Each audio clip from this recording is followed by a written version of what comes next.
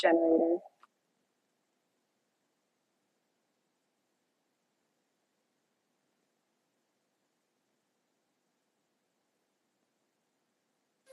Anyway, so the difference right now, she's able to prompt stuff and like take it and um, create multiple different people in like she'll create like a little family of little aliens, and she'll be able to spawn like different ones in that same family and kind of rotate them around and stuff. It looks really cool. By the way, what was it? No, I forgot. Damn. You sure, Pat? Yeah, I forgot. So, I forgot what I want to say. Damn. You sure, Pat? Sorry, I'm Yeah, I forgot. OBS. So, I forgot what I want to say. Damn. You sure, Pat? Sorry, I'm Yeah, I forgot. Jimmy, okay? So, Like all of a I sudden forgot what I want to say. knowledge about Damn. the banks and like being over at the convention a few days ago, like WTF. Yeah, and NYC gave me shit. Like he came up just to tell me to move him down. So I moved him down, but I really thought, because he not immediately jumped into the talk, he just waited and had his hands up. I was like, maybe this time, he he will be, not Jimmy the Otter, but actually just Jimmy. Well, I mean, he does bring some stuff to the group. He's still Jimmy at the end of the day. He's still gonna kind of drop some of that into the. I mean, it is his personality. You can't change him completely. But the fact that he's actually socializing so much better than he was even 3 months ago, 6 months ago. I mean, he's attempting to be part of the community, I think. Is he, or he's learning or something? Maybe, or do you think he's got an agenda? Is that where you're going with that? Or has he been thrown out of every other community? I'm gonna hope for the best for poor Jimmy. I'm gonna give him the benefit of the doubt. Yeah, maybe he's a central banker. How hilarious would that be? Oh my goodness. Tell me he wouldn't be awesome if he was actually one of the jesters, or like they had that as the king's court, right? Like that was like one of the most trusted people of the king, and they were interacting with the royalty and entertaining them and stuff, right? Let's change the conversation. So I'm gonna go get some videos to speak about the topic above. I've actually been thinking about fusion technology and collecting information and speaking about these particular things for a little bit, and so I'd love to speak about it today. Yeah, I started watching a video. I think the south of France, they were building a fusion plant, a power plant, correct?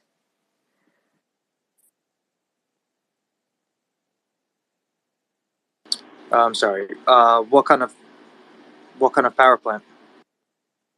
Weren't they trying to do a fusion energy, like a fusion generator, fusion power plant instead of regular? You want to get the article and post it above? It was a video, but sure. I didn't get to watch the whole thing because, Vet started his space, so I kind of jumped in there instead. But yeah, I'll get the video.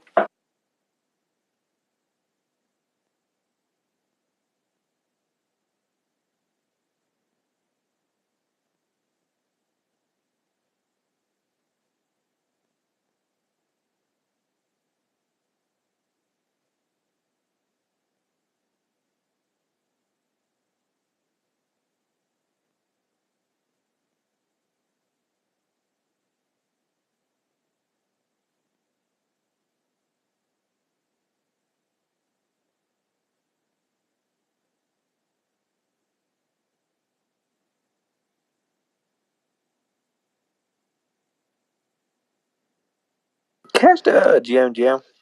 Welcome up, Costa. Hey, man. I had a question for Def right quick. If you could, and maybe you were getting ready to, so apologize if I jumped the gun. But if you could speak to the activity that's going on recently with the Large Hadron Collider, I'd like to hear some things about that because I've been following that for quite some time, and there have been a lot of stories about different things that have resulted in findings, strange events, and then just some correlations to things that seem to be happening in our world when that thing is turned on versus when it's off. So I don't know if you were going to cover that specifically, but you can drop me down. I'll be listening in. Just wanted to know, just a suggestion because it was something I was interested in. So yeah. Yeah, yeah. I have no issue with speaking about it. I didn't think about it off the top of my head to speak about right away, but I'd love to because I think what they're doing with the Large Hadron Collider and things that we're probably going to be able to do in the future in the United States, we're also building one that's going to be 3 times the size here. It's probably going to take about a decade to build. Um, but it's running right now. It just started up the other day again for their its third run cycle, which will probably last for a month or two and then be shut back down. And they're doing multiple different tests, and so the Large Hadron Collider is just one piece of the different testing mechanisms they have. They have Atlas, which is another experiment looking at the when these ions are banging together, and these hydrons, which is a subatomic particle of hydrogen, the anti effect or the matter polarity that's able to be created. And so there's in that sense, thinking about going into fusion, because this is to me this is one of the most interesting things about particle physics and these bashing of these different subatomic particles. If we can learn the electromagnetic frequencies of mass representation of these subatomic particles, the the ability to have different forms of fusion exist in the form of like an antimatter fusion, right? Negative polarity hydrogen and anti-hydrogen molecules bashing against each other, infinitely trapped inside of what we would say theoretically is a device that does not exist today publicly for ourselves yet. But the thoughts of what they're doing test wise for the future, and CERN in general, what they've contributed to technology that we have all around the world is pretty incredible. Anything specific though that you're thinking about?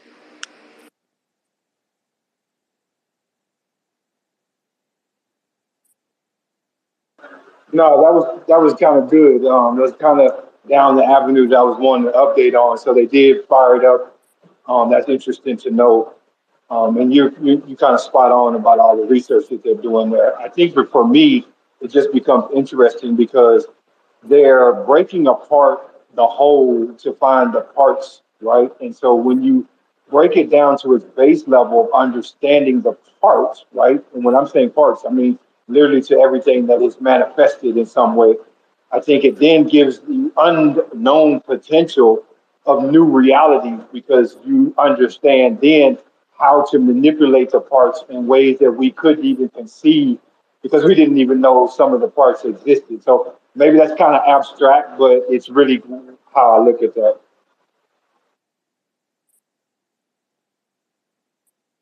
I think that's a spot on interpretation of what it really means to our species in the forms of actual possibilities that could come to fruition in a third dimensional reality format.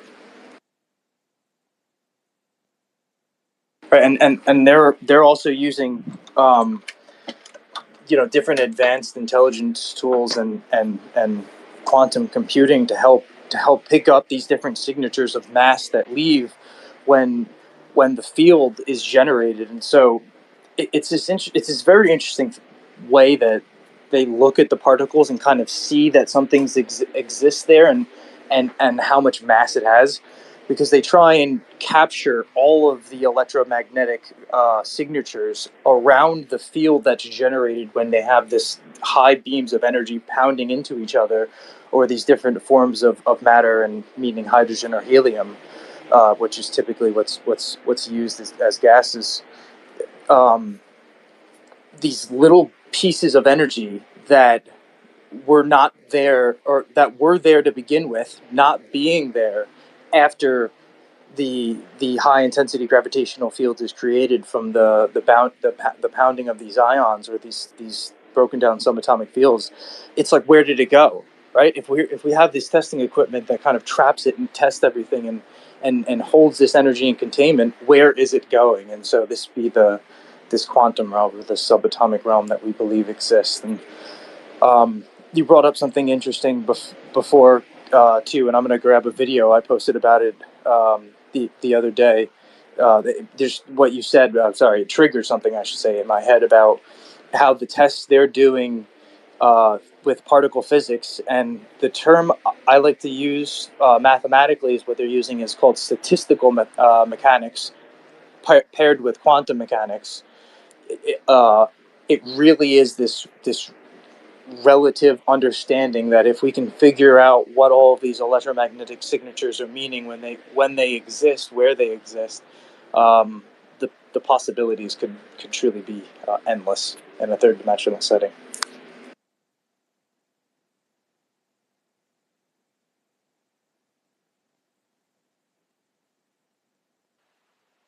Could it possibly eventually address the scarcity problem that has been at the core of all of our conflicts as humans, right? And we just get this ability to create things seemingly out of nothing, right? Knowing that we now understand the compounds that eventually make everything, right? And so we start manifesting these things in ways we couldn't believe, and eliminate the scarcity issue.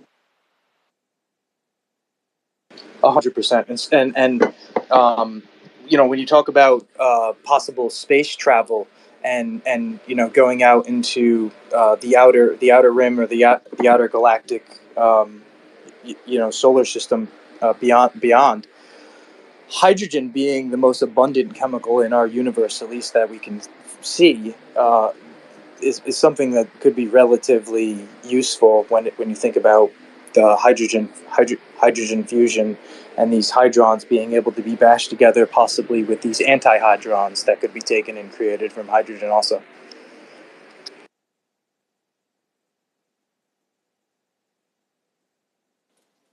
Okay, so Death, the facility I was talking about, I posted it in the little pill in the bottom. It's from the south of France, and it's the world's largest tokamak fusion device that they're doing tests with. I think they were saying, like in the video, like 5 months ago, that they were actually finding a net positive, if I'm correct in saying that right. They said it did expend like 100 times the amount of energy that it actually produced, but the fact that they produced a net positive energy was like a trek in the right direction. Oh, that's cool to hear.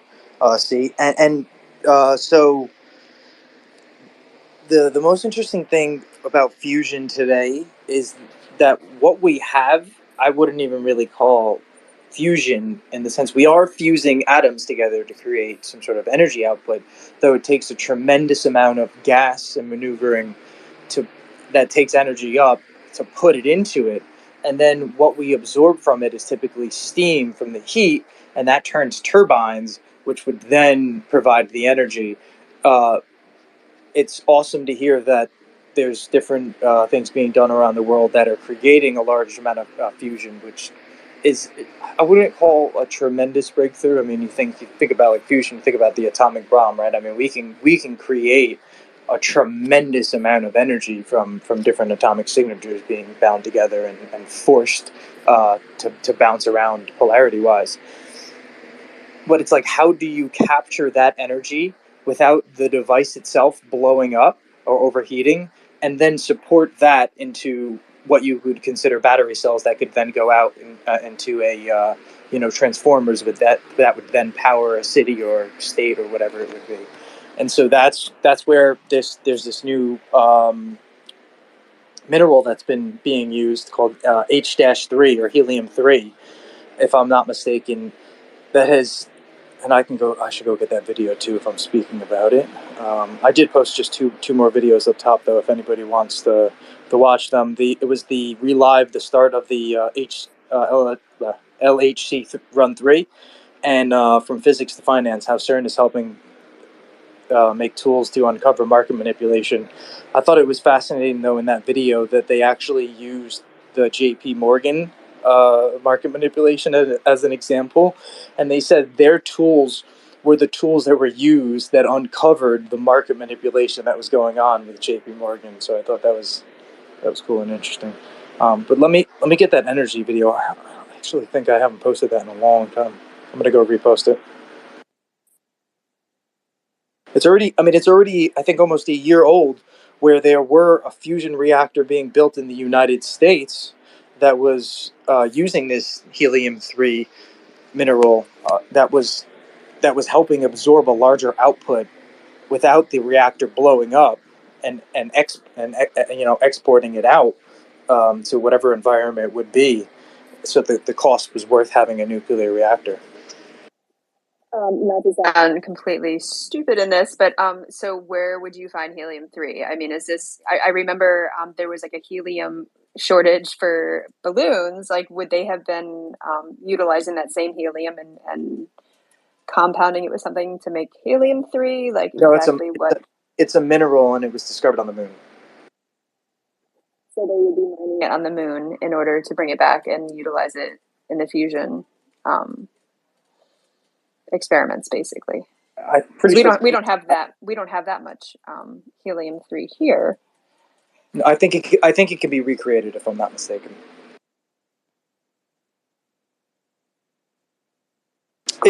It's a very interesting thing with computational ability to attach molecules together. There are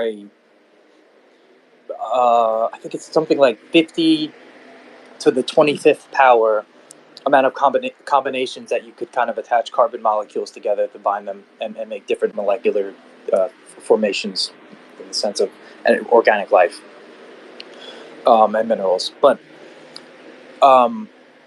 if we know the particular molecular signature of this thing, right, whatever this object is, it becomes much easier to kind of try and reproduce it. Like we have diamonds today, right? As soon as we have figured out that diamonds are really just pressurized carbon, people are like, all right, let's try and make some diamonds. And these diamonds are diamonds.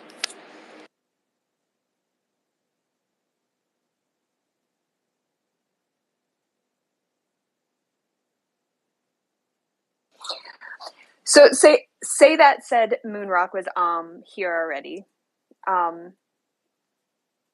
Is it like a very small amount? Because I know they did bring some back from the moon landing. I mean, not according to FinTech, but we all know that story.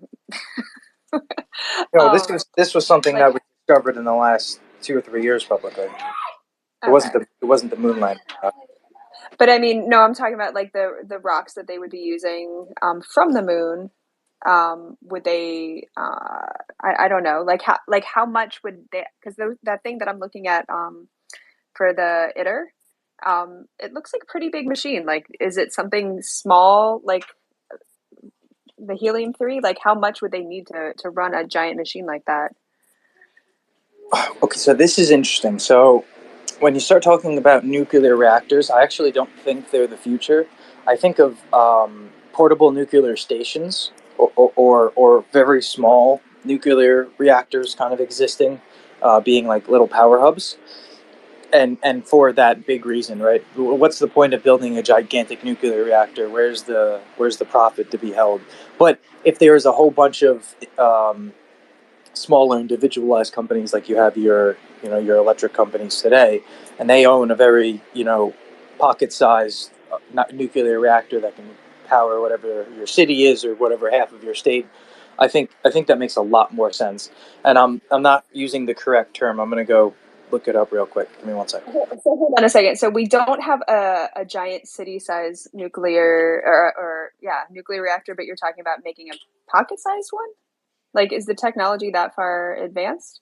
When I use that as a terminology, it was a comparison to how large an actual nuclear reactor typically is. It's not going to be a pocket-sized nuclear reactor. It'll be just much smaller than your average nuclear reactor would be. Give me one sec. I'll find the video. Thank you.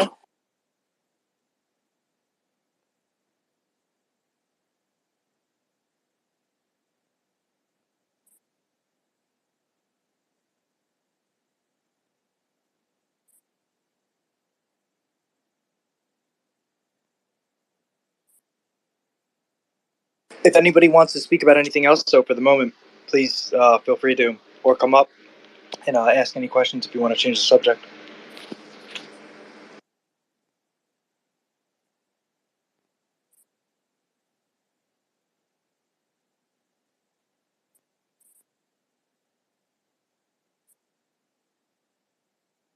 There was this perfect infographic that I had that showed the. I'm gonna look it up online. What's up, guys? How's it going? So there's a couple different formats that you could do a nuclear reactor as, size wise.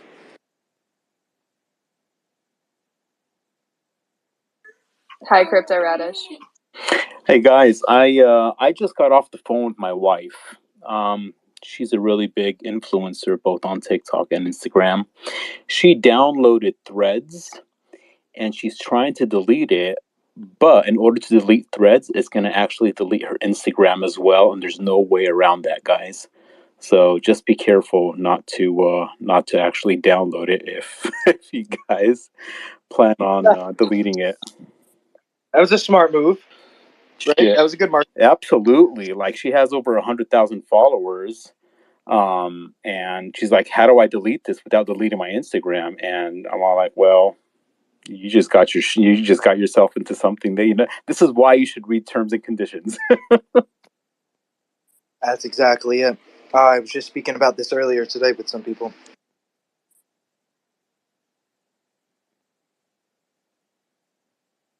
What a hook, man! What a hook.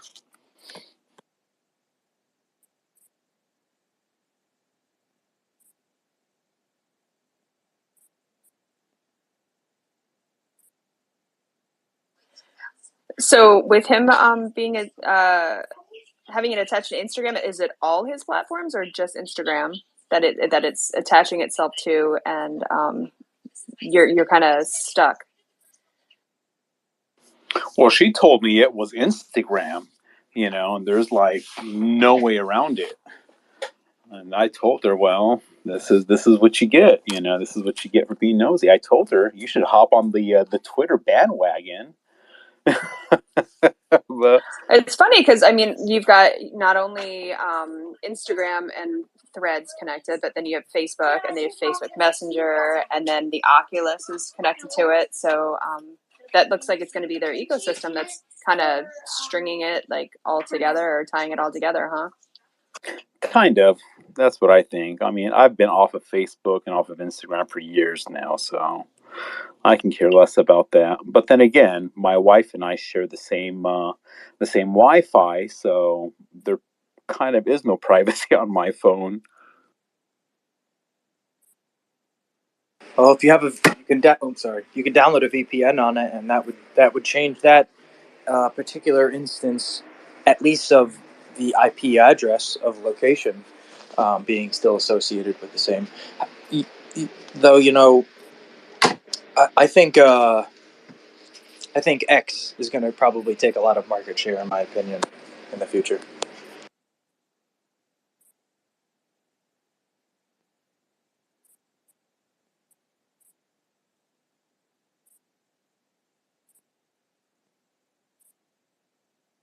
I'm excited to see the branding.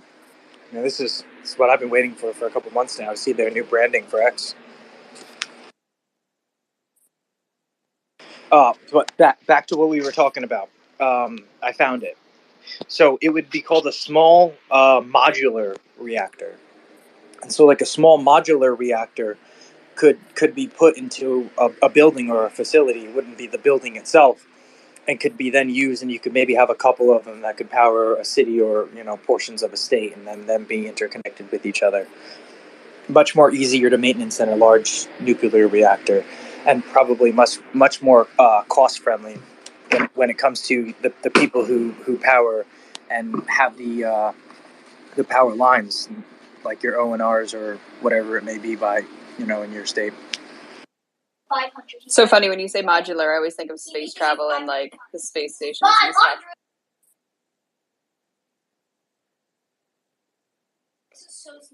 So that was me tying space travel in for you.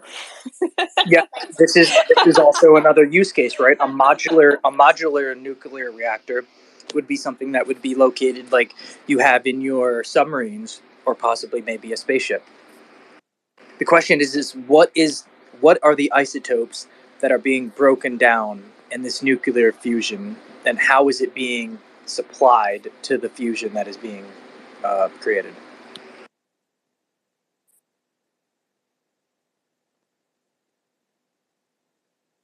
Because there's also a question with how long does it last? How much energy are you able to take out of it without it losing its energy output and you needing to put more energy into it?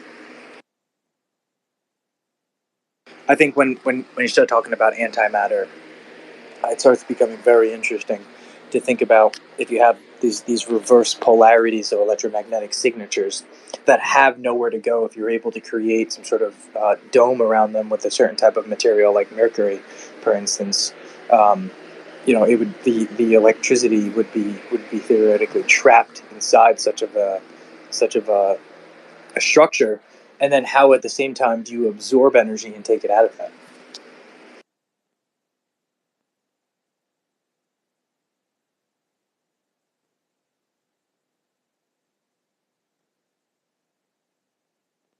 I think quantum computers will answer a lot of these questions.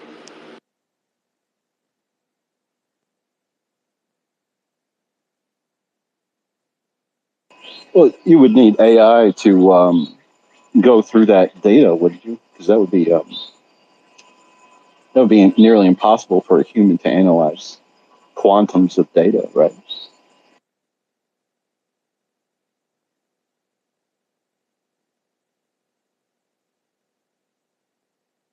Just give me 1 sec. I think I just saw Costa made a comment.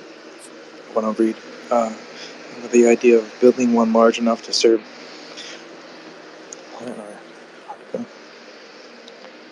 Yeah, I think that's. I really like that as like an excellent idea. The problem though I would see with that, Costa, would be who would pay for it and who is it going to be supplying? Because there's always some sort of cost and profit associated with one of these devices and items, and so it would be interesting to think though if that was like a large investment infrastructure project of the United States. I would be ecstatically happy personally. I think that would be incredible. Is that a possibility? Yes. I don't know how high it is though on the possibility list, to be honest with you. At least maybe not in the next 5 years, 5 to 10 years, in my eyes, unless there's some dramatic change. But in other countries, I do see this already occurring. This type of maneuvering. So, and Fridge, I wanted to make a comment on what you just said too, but I lost my train of thought of what you said. Do you remember what you said? If you could repeat yourself. Well, you were saying that quantum computers would help, I guess computating the data. Yeah, you're the best. Like when my thought. So, and you're right. It would be this is where computers in general, applications, autonomous systems, really will come in handy mathematical wise, because for you to use a tool like statistical mathematics and try and calculate the particle position that is most probable to outcome when using certain materials and chemicals in the sense of testing different fusion techniques. I mean, theoretically, mathematically, it would take us forever to try and do these type of equations. But with a computer and a quantum computer processor, I mean, milliseconds it'll take, and so the possibilities become equivocally just magnified. I mean, that's just the amount of different molecular formations. I think just from quantum computers alone that we're going to figure out this equals that if we put these types of energy signatures together. I think it's going to be pretty awesome. This is so crazy. So it says, according to this is like Google search. According to a study, mining helium-3 would be a profitable undertaking. The energy produced by the helium-3 would be 250 times greater than that needed to extract this resource from the moon and transport it to the Earth, where the lunar reserves of helium-3 could supply human needs for centuries. So yeah, no wonder why they're going back to the moon. Well, one of the reasons, right? If this is the way we're going. Has everyone seen the movie Moon? I have not. Is that like a PBS thing or HBO? No, it's about helium-3, and it's about how they go about extracting it. It's a wild ride of a movie. I think everyone should watch it. It's called Moon. I'll post it up. Sea shellfish, they're already making videos about it. Yeah, I'm just like going through this thread. It says to extract at the surface of the moon needs to be 600 degrees Celsius or 1100 degrees Fahrenheit. That's crazy.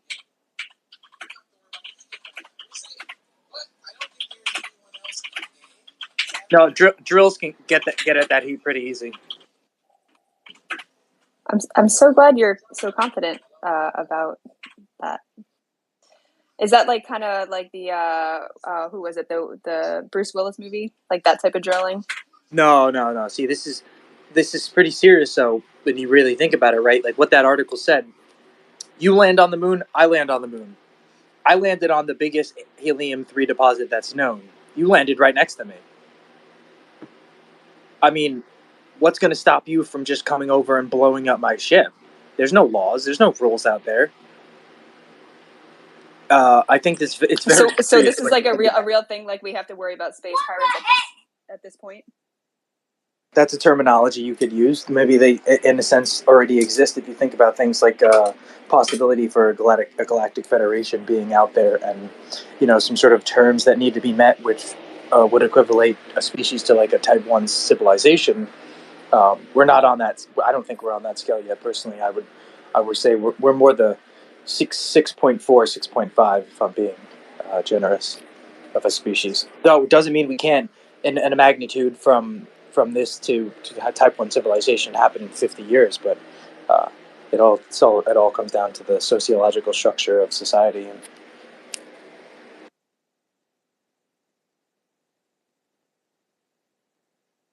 it was just a theoretical I was throwing out there, just a theory.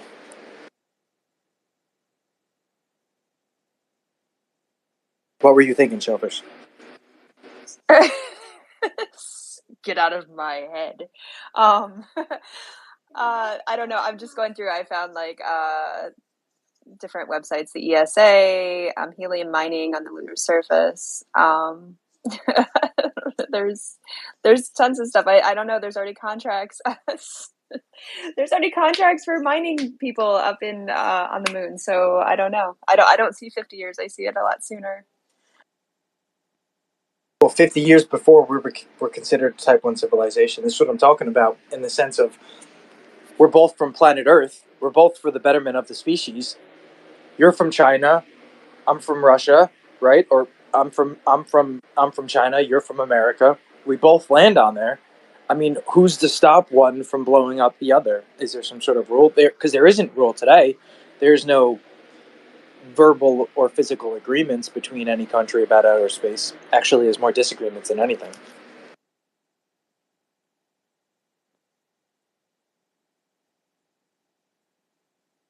I think it'll be interesting to play out. Okay, I'm gonna put this in the purple pill because it seems like a really cool link, and There's a lot of stuff on there that I'm sure you've probably already looked at it. You've seen a lot more links than I have, but yeah, other people might be interested too.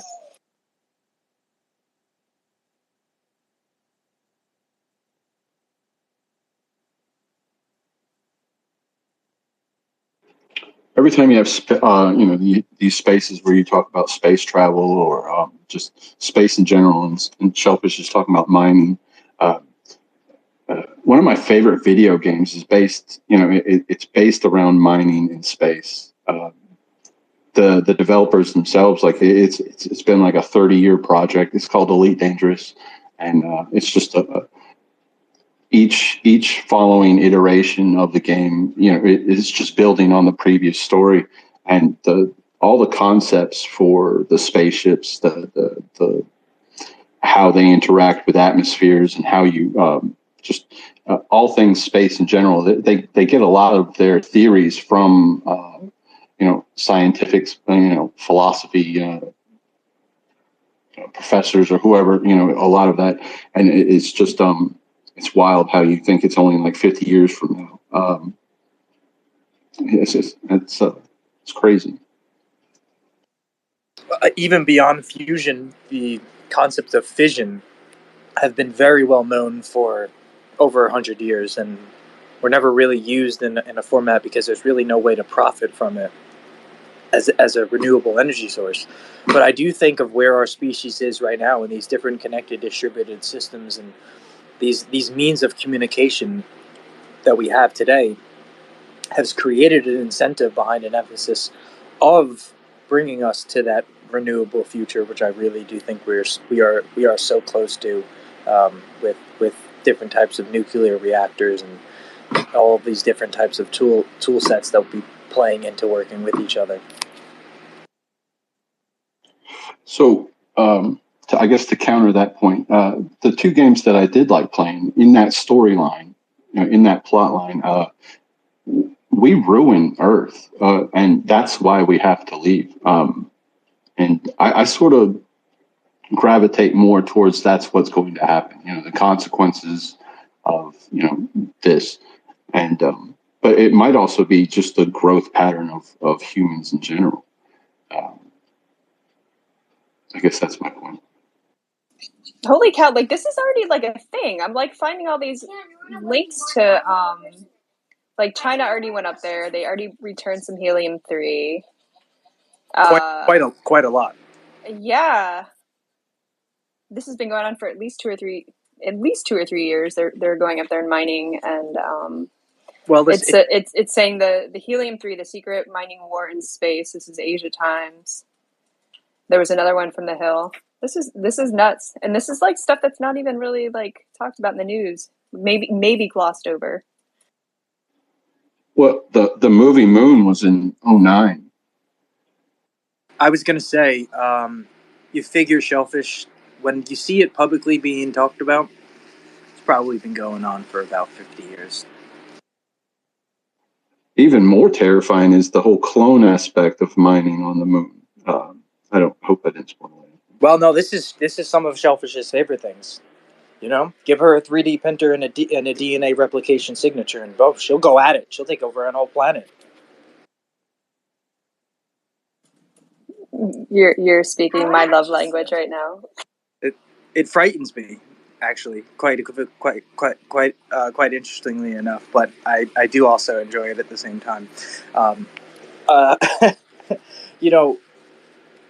Though going back to the space mining and Fridge, the games, right? I think being a very interesting maneuvering of creating kind of an incentive behind wanting to explore and go and space mine. I think if you were given the opportunity to drive a drone in outer space that could actually be space mining, in 15 years from now, do you think you would take up that opportunity instead of playing the game? So I think that. Oh hell! I mean, yeah, I would. I felt like I was literally training for the future. I spent a lot of money on this game to like immerse myself into it, and maybe 2,000 hours mining in space. The concept and the idea of you buy a ship, you go out to some damn, some ring on some planet, mine the ring, bring it back to a station that, is in demand of that mineral.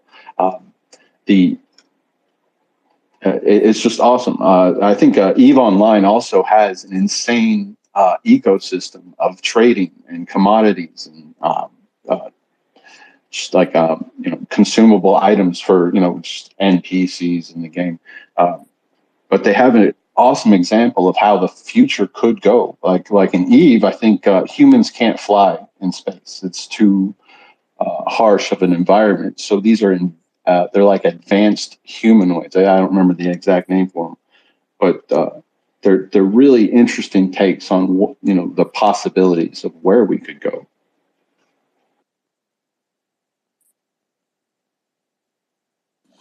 So basically, we just need to get our satellites and everything to be better than they are here, and we could do Wi-Fi. Like we wouldn't even have to leave the planet; just do everything like we are with like the VR, AR. I mean, when we were talking a few weeks ago, they were saying that it's really like unfavorable for humans to actually go live on Mars unless it's actually been, even if it's colonized. Living in a pod for any length of time would get depressing unless you had trees, etc. And an actual civilization or return access to Earth,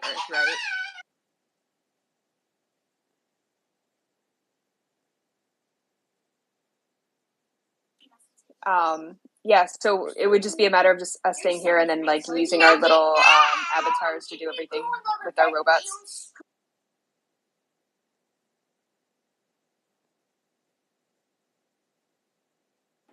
I didn't catch that last bit. I said, would there even be a need for us to leave planet then? We would just use our avatar little robots to kind of go out and do the work for us? I think combination of both. Because Fridge, he made a really good point that I didn't touch on. He said, I felt like they were training us for this because there's been a whole bunch of destruction and damage to our planet that is somewhat irreversible and that we kind of need to leave. Now, I don't think we need to leave, but I do also think it may get much more difficult to survive on this planet in the next 150 years or so. And it really just being a large portion based on the molecules that we filled in air. I mean, go and test your blood. You'll have molecular plastics in there, different polyamers and, these formaldehydes and all of these different things that off gas from the actual bacteria eating the plastic, which will take millennia on this planet. And we have produced such a large amount of poly products that the ocean is tarnished. I mean, you go to the deepest part of the ocean, you find plastic bottles and plastic. You go test the highest part of the atmosphere for molecules of plastic, and you will find them. I mean, it's.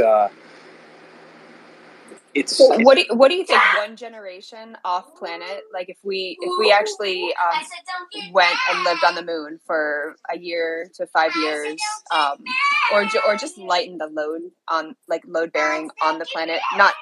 I'm not saying doing a culling at all. I'm just saying like pulling people off planet to allow it to reset and breathe a little bit. Because you saw like during COVID, like the oceans were recuperating, the rivers were cleaning themselves. Life was actually being restored in the ecosystems. And I remember watching, it was that one history show. I think it was like Life Without Humans, and they showed like what it would look like in 5 years, 10 years, 25, 100, and it seemed like the planet was pretty resilient without us on it, or pretty much without us on it. Well, I will say this: when you get a cut, the next day when it begins to heal, it looks much better than it did the first day. However, after a couple days, you have a scab to peel off, and so I don't think it would really be any different stretched over kind of a millennia. I mean, the amount of time that it would take for a lot of these things, unless we physically do something about it, right? I think there's a lot of profit to be also made in the cleanup of all this. But I think it pushes an incentive for many people to kind of venture out as a just in case, and not only mine, but to live and survive in a galactic setting, which then could be far off planets and different means of nature like that too. Well, that makes sense. I mean, if you go to a festival or any type of party, there's always the cleanup crew that comes in and has to clean up after all the humans and their garbage they've left behind. So yeah, why not? Why not on a global scale? Well, I would say the one of the largest dependent things, if not probably the largest dependent thing on all of this being able to occur, is the means of how the travel occurs. How do we get from point A to point B? And so this is where I think talking about quantum and fusion and energy is so important, because maybe possibly understanding that something FTL could exist, or faster than light, could possibly exist with the right resonance of fusion energy being bashed together to create a theoretical black hole, or you could really think of it as just a door from one location to the next. I mean, isn't that what kind of the metaverse and stuff is? I mean, we have our physical body here, but the fact that I could go interact with you on the other side of the planet instantly, be in the same workspace, whatever. It's traveling through light, going through quantum wormholes through the internet, right? I mean, you said it very elegantly, and so in I guess some cases you could think about it. There is some sort of quantum state or leftover resonance of energy that's being in the thought of like entropy that's coming from the communication between you and I. But it is very much so in a state of a third dimensional aspect, where there is an electrical cable that is also providing the resonance of frequency in the form of radio signals that are being bounced off of radio towers and connecting us in just a very fast maneuver.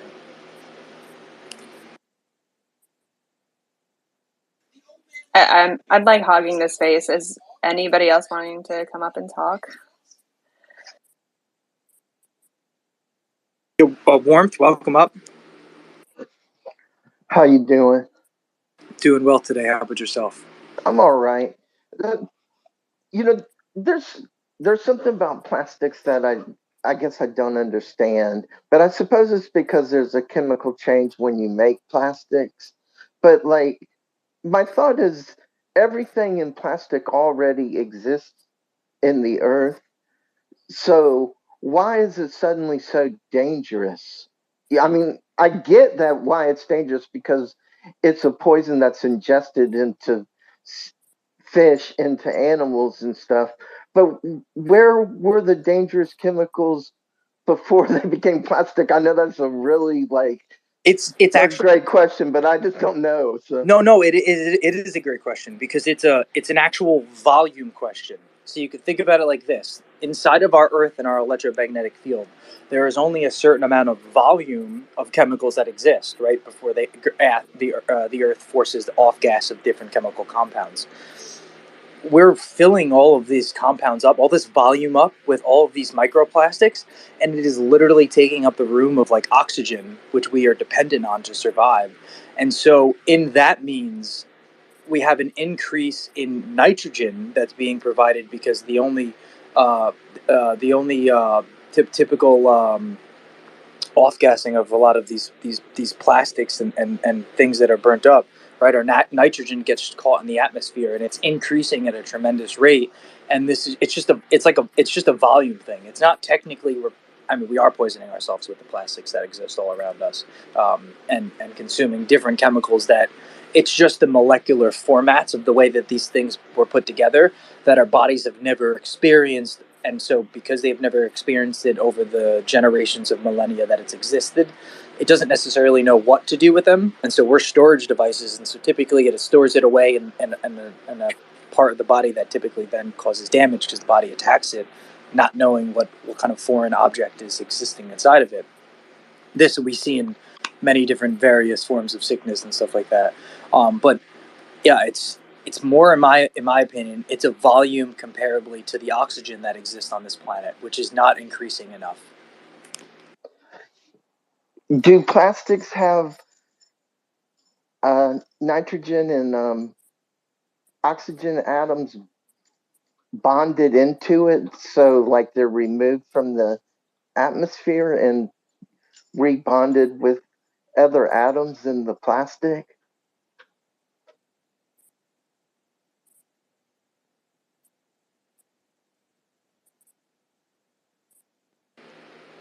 Are you saying, are there nitrogen molecules that exist inside of plastics that are used today? That's what I'm asking. Like, so it would be, it was in the atmosphere, but now it's bonded into plastic, a part of things that are made of plastic. Yeah, no, nitrogen plays a crucial role in the plastic industry. It is very much so used in a lot of the plastics that are used today. Pretty much all. And now, like, we have a lot of these like bio-friendly plastics that are being created, but I see opportunity at the same time as I see reason for, like how Fridge said, right? A big emphasis on a large part of the population going off planetary and becoming intergalactic, because it provides opportunity for a lot of profit to be made on the planet for cleaning it up, which could be done over a couple generations, which would provide, a homeworld for maybe many of the off species that could come back to in the future. I see that as a somewhat of a galactic dream. But at the same time, it takes the pressure off of all of those who are existing on the planet who are creating more waste also at the same time while trying to clean up the mess that we've created as a species.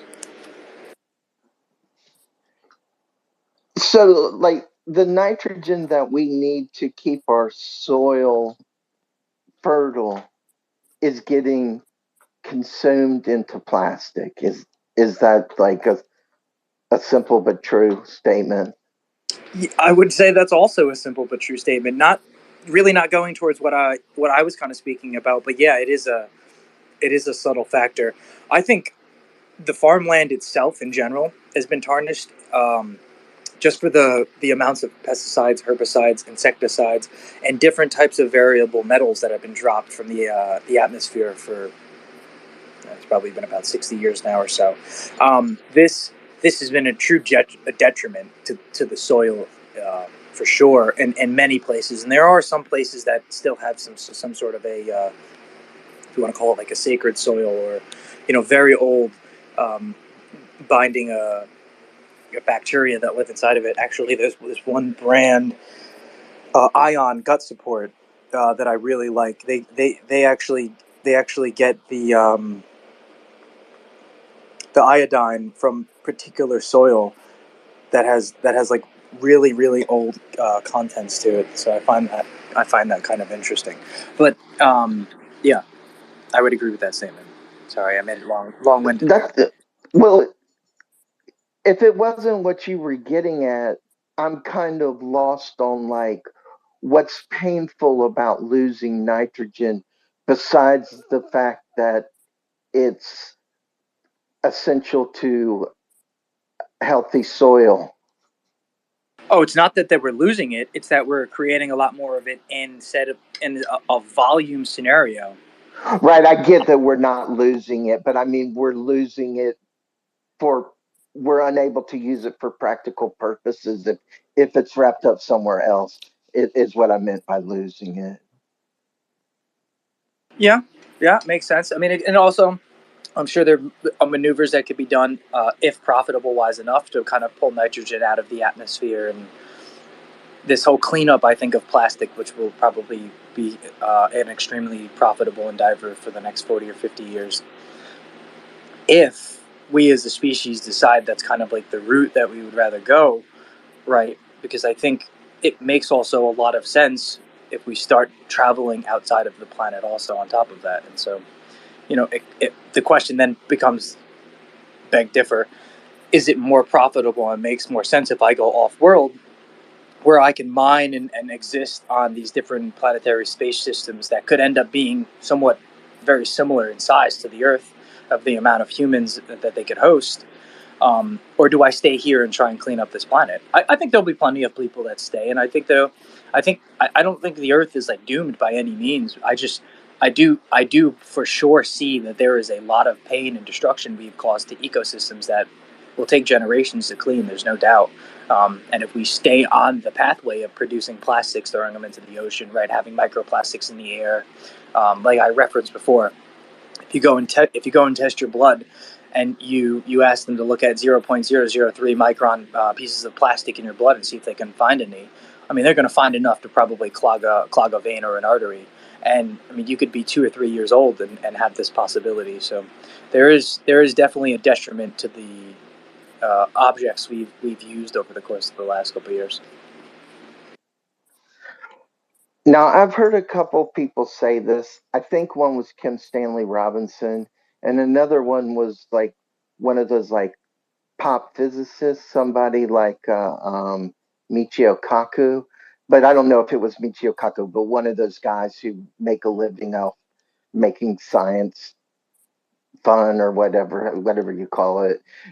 But the point seemed really simple and like resonated to me as seemingly true, that we're not going to be able to terraform anything in space easier than we could re-terraform Earth into a livable, sustainable planet. So, like, unless we can, I just don't think, using that logic, I just don't see terraforming or existing for a long time in outer space with any substantial population while this planet is dying as realistic. I admit I can be wrong, but that argument seems pretty No, I don't. solid to me. I didn't say anything about terraforming. Although there are many possibilities of being able to like terraform Mars. That definitely wasn't on my thought list. So when I talk about a planetary station, you can think of it as an orbital ring, right, or somewhat of a Dyson ring, where you could just produce a structure that hosts the same amount of if not more humans on this structure, that could resemble something of a crazy spaceship, kind of looking from the distance, right? But is fully habitable by everybody, by all the people on our species, but could exist anywhere in outer space. So I think things like that, and space mining and small habitable stations and things like that will happen way before terraforming is even thought about. Although we could, release nuclear bombs on Mars and wait a couple hundred years, it's multi-generational, and I do agree with that. There's definitely way more sense in trying to, create workable ecosystems and get rid of a lot of the harm and damage we've done to this planet, for sure, rather than terraform another. I think there are also other prospects, though. If you look at systems like Proxima Centauri A and B, their system, the Proxima system, and the TRAPPIST system also, which has three planets that are probably, or at least in the survivable zone estimation, that are also larger than Earth, to have habitable systems over there. And those planets are actually 3 billion years older, the TRAPPIST system, than Earth. And so it's very interesting when you think about the possibility of ecosystems that could exist on there, or intelligent life, possibly. And I mean, these are, I think, if I'm not mistaken, it's 7 light years for Proxima, and it's about 20 light years for the TRAPPIST system. And you could get there today. You could get to the Proxima system in 20 years if you strapped a solar sail onto a spaceship in outer space and blasted it with ion beams. There we go. I think you could get up to like 2/3 the speed of light. But King Solomon, man, welcome up. And I saw you had your hand up, so please feel free to jump in. I hope I didn't overspeak. No, dude, thanks. You listened to the last, because it's really hard to get a lot of the technologists from some of these layer ones and blockchain and DLT ecosystems to kind of talk outside of their ecosystem. But I remember the last 20 minutes of that Lehman Baird interview, and it was really cool because he kind of nerded out a little bit and was talking about interplanetary travel and what AI is going to represent within that, to propel us, to that standpoint. I mean, the convergence of all this technology is really kind of crazy. So I know I flagged you and Shellfish to kind of listen to that last 20 minutes of it. It was really cool to hear that guy talk about all the initiatives that I know you guys consistently kind of bring up, the the interplanetary stuff, and the civilizations and settlements on the moon, and other aspects like that. So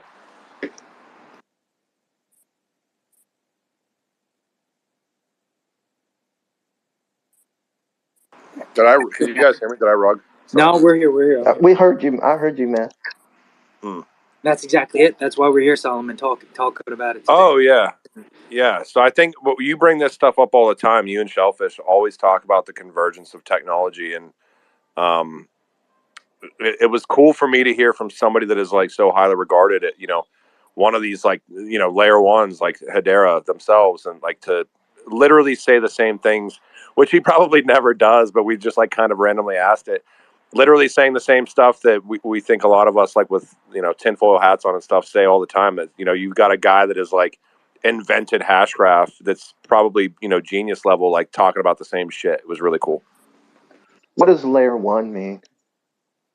It means that it's its own ecosystem that has its own native assets. So Hedera is a layer one, Bitcoin's a layer one, XRPL is a layer one, with XRP being its own native asset that kind of drives the network for consensus. So Ethereum.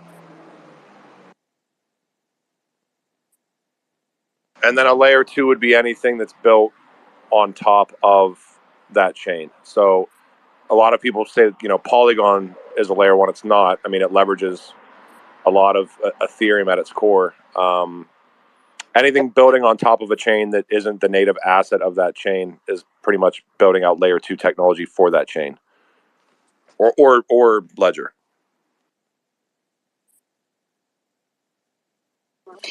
I just put in the bubble.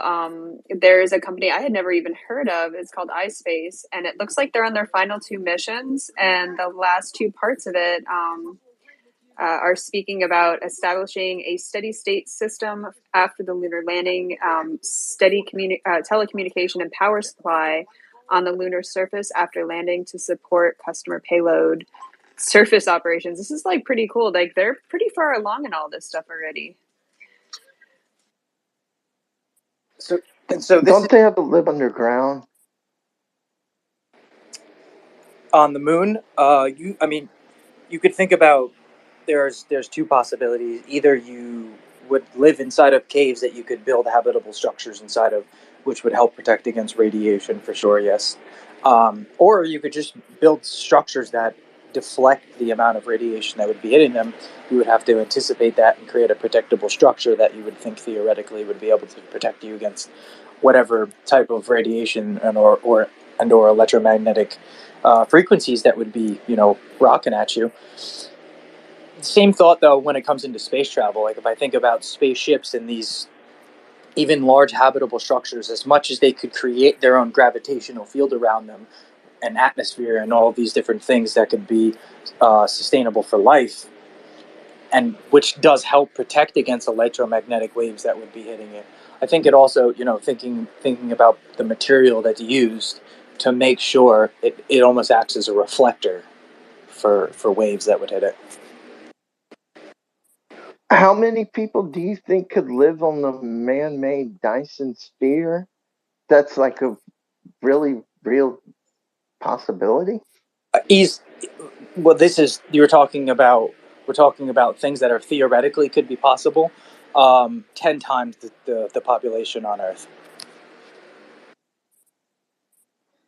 Would it orbit the sun?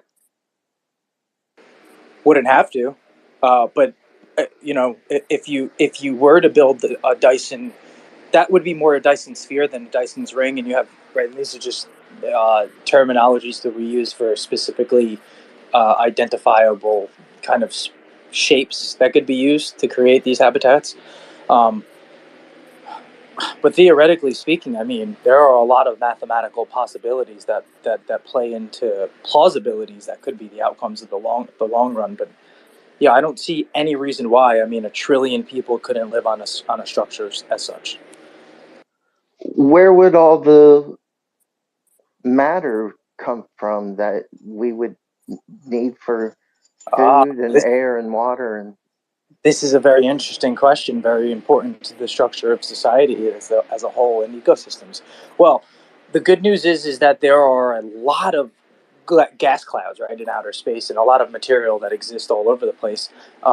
Hydrogen being the most abundant molecule that exists in the entire universe that we can tell, helium being the second. Um, a lot of these are what we use as fuel sources, and maybe still could use these different molecular formations. But I think a species that advanced, which would be most likely closer to a type 2 civilization, which can control all of the energy not only inside of their solar system, but their immediate galactic family and federation at that point. Um, I think the thoughts of energy or being able to produce energy become much more sustainable in the fact and measure of the way that they can use energy becomes way more sustainable, and through this subatomic realm or this quantum realm that we know exists, possibly being able to tap into these sources of resonance of energy, which exist all around us, as we know already. and you think this is going to be something that could potentially travel like a substantial fraction of the speed of light? Well, we already can do this. If you attach solar sails onto a ship out in outer space already, and you hit it with a laser beam, you could go 2/3 the speed of light and technically get to Proxima Centauri B in about 20-23 years. The problem with that would be, how are you getting back? Unless there's somebody on Proxima Centauri B who's going to shoot a beam off the planet and bounce you back, you're not coming back. So there, that is the thought and the means of that type of technology to get out there. Now, if it's a colonization thought, I can't see any reason why that wouldn't be used. But that's I don't know if anything publicly like that is going to be happening in at least my lifetime. Although that would be cool to see. This also though goes into something in the title that I have above, FTL, which is faster than light.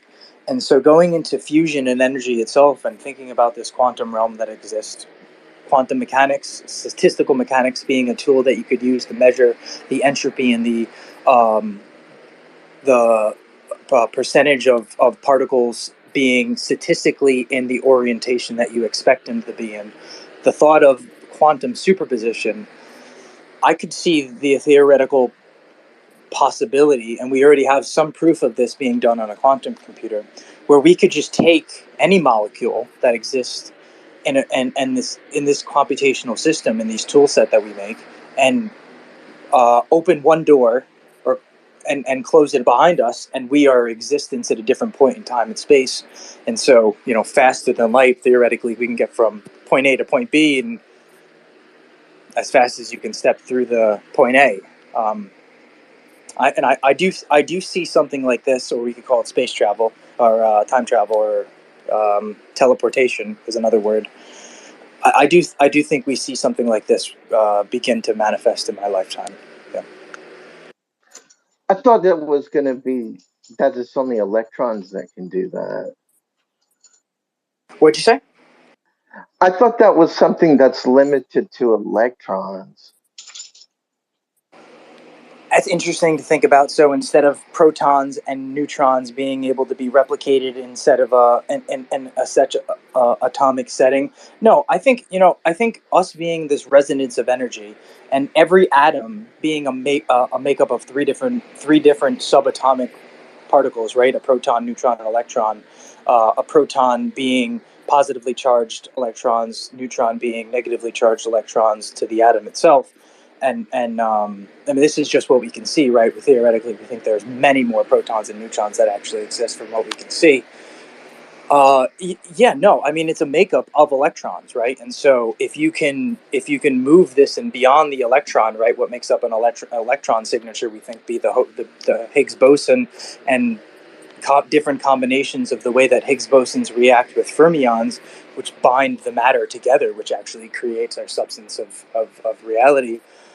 I think if we learn to measure these using these different tool sets and quantum processors that we have in the next 50 to 60 years, yeah, I do theoretically see the possibility of a wormhole being possible, where us as an atomic organic replication could be replicated on the other side. Now, I think there's also something interesting about that to be said, because you are not who you are from the other side, right? It's almost this thought of you're kind of reproducing yourself, right? I mean, is it the same you? Well, no, but also, 5 minutes from now, you won't be the same you, as all the atomic signatures in your body are changing constantly. And from a cellular level, I mean, even 7 years from now, all of the cells that exist inside of your body will be different cells, and they would have died off and had some sort of different energetic breakdown and formation change. Oh, I'm sorry. That was really long-winded, Warmth. In fact, that was a long answer. I'm sorry. Go ahead, Fridge.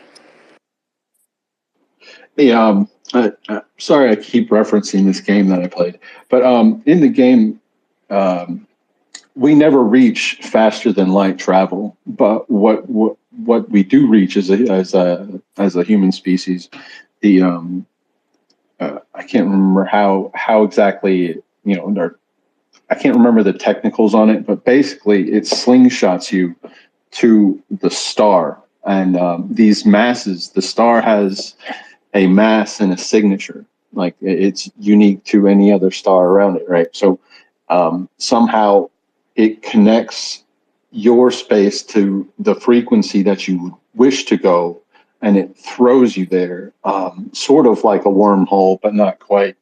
So, and what's awesome about this, I guess, this theoretical means of travel is that it's based on professors at I can't remember what college they went to reference these technicals or whatever, but it, it's called hyperspace, and it's basically, I guess, dimensional travel. You're traveling through space, but not. Yes, that's a good way to. I like that. I like that way that you explained it, because this is, goes into my thought of where I think time is not how we think. Is it singularly going in one direction, but it's all stacked up upon itself. And so I like this term you used to measure the distance between time or space, or this. What was the term you used again? Sorry, hyperspace. I like that. Yeah, it's sort of a layered. I can't remember exactly. They have a whole segment in game where they sort of explain how the hyperspace works, um, it was just awesome to find out that they used a lot of references from I guess intellectual philosophy, whatever.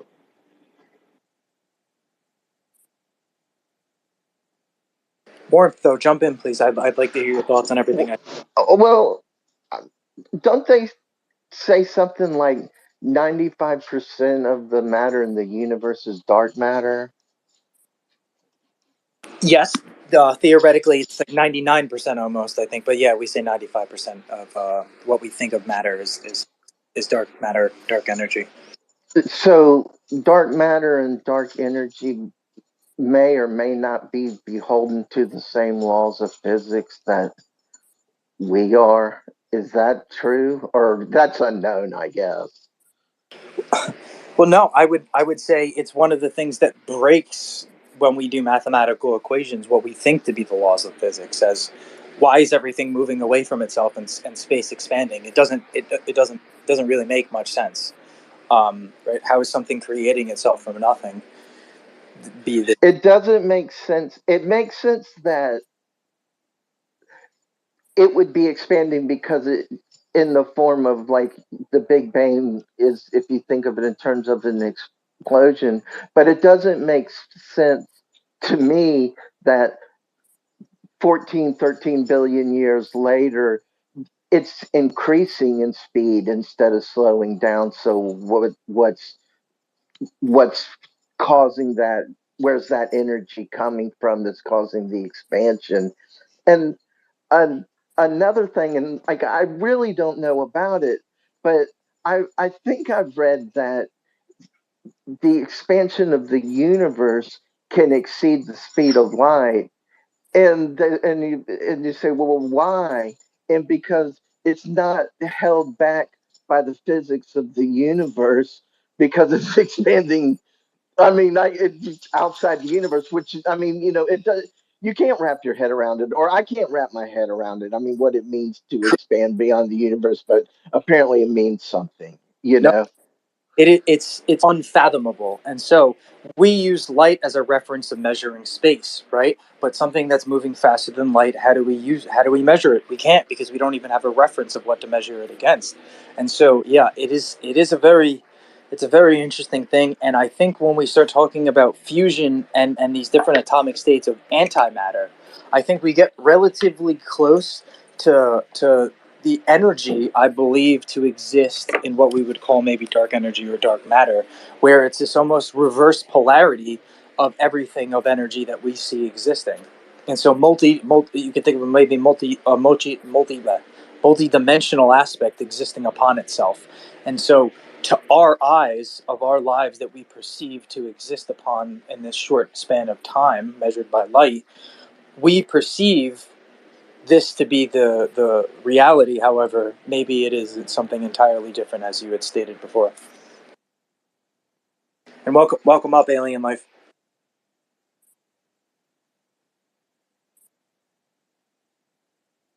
Would you like to say anything? I know for some reason you always jump right at the end of the space. I got about 8 minutes or so, and I have to close up. But if you would like to speak, please feel free to.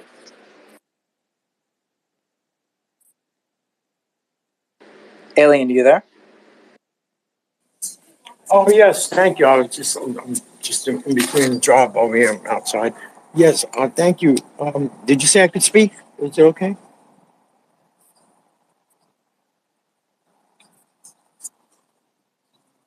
No. Yeah. Please do, please Welcome to do. the space. Yes, can you hear me? Yes, sir.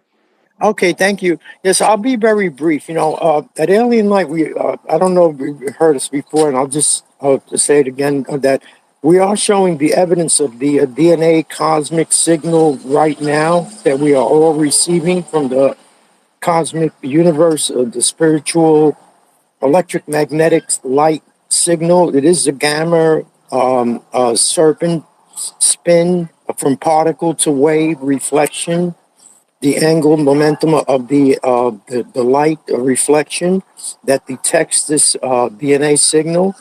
And the people are giving us a lot of saying that no, these are camera flare, a reaction of the camera flare.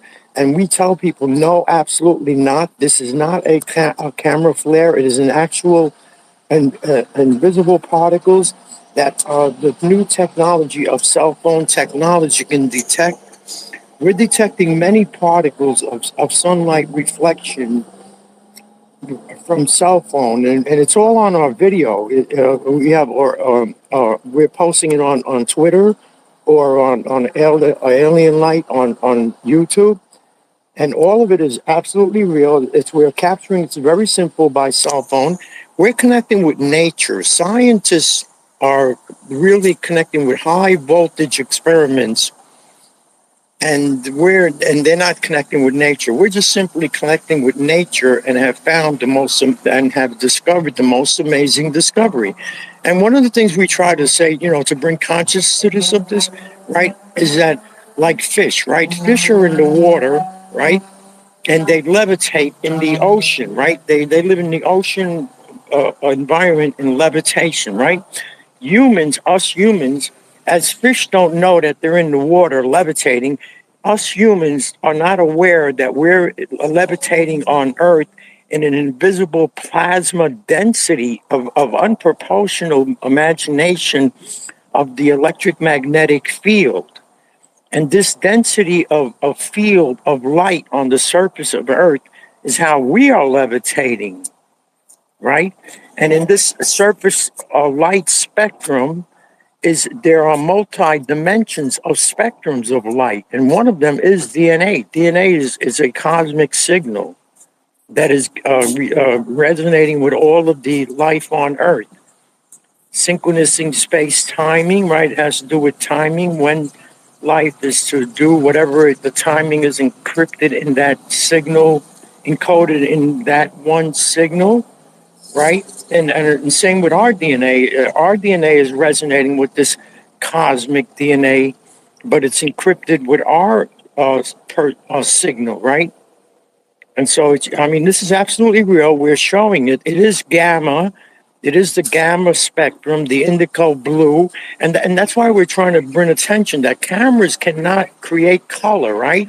They can only capture it. Right now, the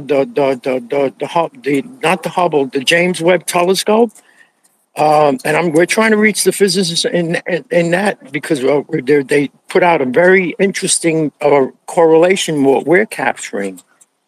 And so it's just mind blowing, and it relates to the color, right? The color of spectrum of light particles, and it's just amazing, you know. Here on Earth, though, right? There's we're spiritually connected to a life form on Earth through the signal of light that we need to discover and really appreciate. And so this is what we're trying to bring attention to. Can anyone hear me? Can you still hear me? I hear you, and I thank you very much, Alien, for coming up and speaking. I always enjoy what you have to say, man. And I have to close up the space. Chris, you came up. You're the only one that hasn't gotten to speak yet. So please, if you want to speak for like 2 or 3 minutes, please go ahead. And I have to close up right afterwards. Thank you so much. Unconditional love. I appreciate it. Thank you. You too, man. You there? You there, Chris? Hey Jeff, how you doing? Uh, well, it's 10 p.m. in the UK, and I'm going to be off to get some sleep soon. I popped in just sort of like say hi. Got to say, I've not really attended a space that you've done that's been anything like this before. I'm quite blown away by what I've heard the last sort of 20 minutes or so. I'm starting to wonder whether or not I'm experiencing what many people experience when I start ranting on about hooks and other XRPR related stuff. I mean, you've blown my mind, a lot of the stuff that's been sort of like talked about today.